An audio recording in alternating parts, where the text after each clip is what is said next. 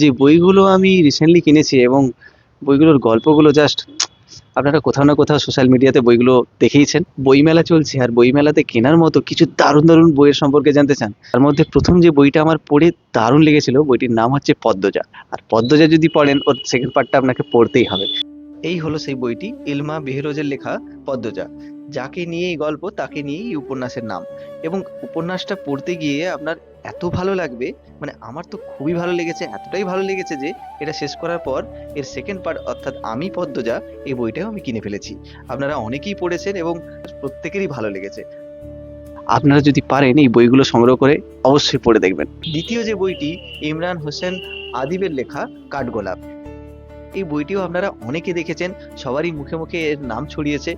তবে এই বইটা কিন্তু উপন্যাস নয়, এটা হলো ছোট্ট ছোট্ট কিছু অনুভূতি, যে অনুভূতিগুলো আপনার কিন্তু মনকে ছুঁয়ে যাবে। বইগুলোর দাম একটু বেশি হলেও বইগুলোর গল্পগুলো কিন্তু লাজবাব। আজকে যে বইটি আমি শেষ দেখাবো সেটি হচ্ছে সালমা চৌধুরীর লেখা আমৃত্যু ভালোবাসি তোকে। বইটা খুবই মিষ্টি দেখতে, খুবই সুন্দর, মানে প্রচ্ছদটা হয়েছে। এবং গল্পটা কিন্তু আমার পুরোটা এখনো পড়া হয়নি, গল্পটা আমি জাস্ট শুরু করেছি। আর শুরু করতেই একটা ভালো লাগা মনের মধ্যে দানা বেঁধেছে। তো সব মিলিয়ে এই ছিল আমার বইমেলা থেকে, মানে আমাদের এখানে কেনা বইমেলা থেকে কিছু বই। এটি হলো পার্ট ওয়ান। আমি অনেকগুলো বই কিনেছি যেগুলো আপনাদের সাথে শেয়ার করতে চাই।